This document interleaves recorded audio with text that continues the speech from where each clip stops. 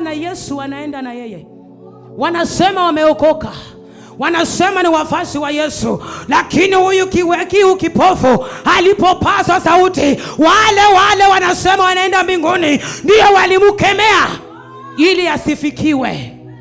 Bwana Yesu asifiwe. Haleluya.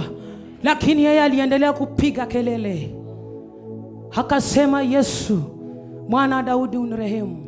Hata waseme uongo, baraka zako zikifika, wakati wa Mungu ukifika, hakika Mungu ataamuru malaika wakutembelee, ataamuru kazi yako iendelee, ataamuru kile kilicho ndani kifanywe kazi. Haleluya. Bwana Yesu asifiwe. Hata kama itachukua miaka ngapi, mpendwa, usikose kuomba. Hata kama itachukua miezi ngapi, unaona saini mazito, wacha kuchukulia hivyo.